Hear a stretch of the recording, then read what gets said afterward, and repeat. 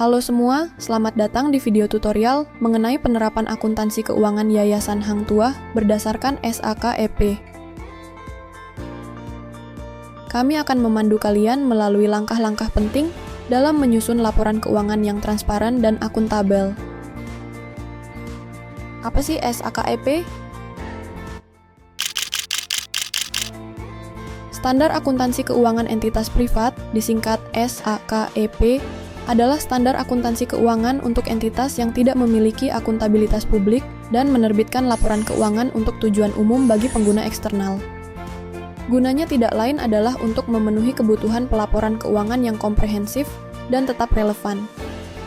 Struktur laporan keuangan terdiri dari beberapa komponen, yaitu laporan posisi keuangan yang menunjukkan aset, kewajiban, dan modal yayasan, laporan laba rugi yang mencatat pendapatan dan beban selama periode tertentu, laporan perubahan modal yang menguraikan perubahan modal yayasan selama periode pelaporan, laporan arus kas yang menguraikan aliran kas masuk dan keluar, dan yang terakhir, catatan atas laporan keuangan yang memberikan informasi tambahan atas pos-pos dalam laporan keuangan.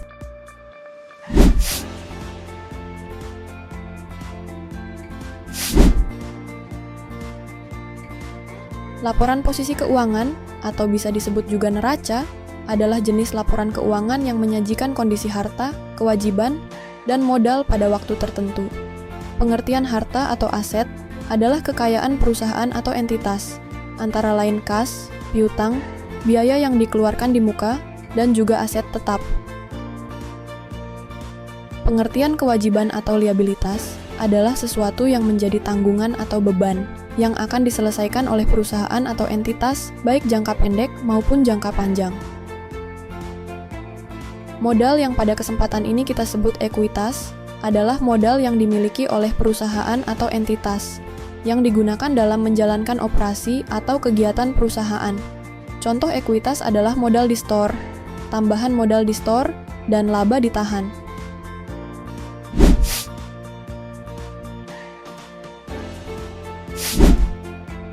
Laporan laba rugi komprehensif adalah salah satu laporan keuangan terpenting entitas atau perusahaan. Laporan ini memberikan informasi ringkasan terperinci tentang pendapatan, pengeluaran, pajak, bunga, dan lain-lain.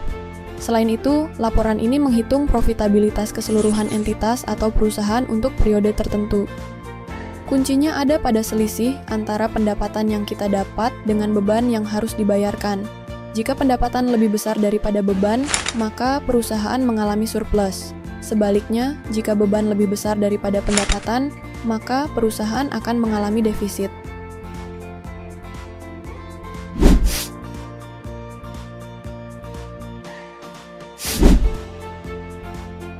Laporan perubahan ekuitas adalah laporan keuangan yang menganalisis perubahan modal perusahaan atau entitas selama periode pelaporan.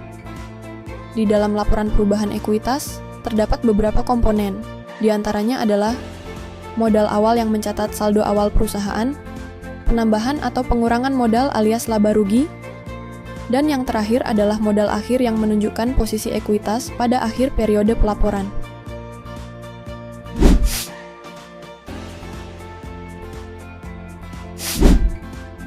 Laporan arus kas menguraikan aliran uang masuk dan keluar suatu entitas atau perusahaan. Laporan arus kas penting guna untuk menyediakan transparansi kepada pemangku kepentingan, memantau kesehatan keuangan, dan juga untuk menilai kinerja operasional apakah sudah baik atau belum. Laporan arus kas dibagi menjadi 3 jenis yang berbeda. Pertama adalah kas aktivitas operasi, kedua adalah kas aktivitas investasi, dan yang terakhir adalah kas aktivitas pendanaan.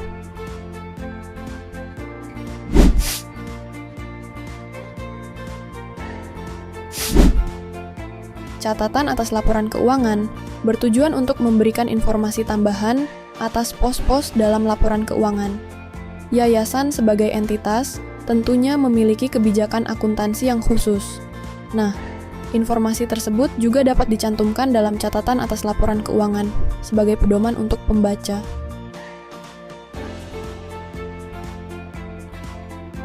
Terima kasih sudah menyimak sampai habis. Semoga video ini bermanfaat dan sampai jumpa pada kesempatan berikutnya.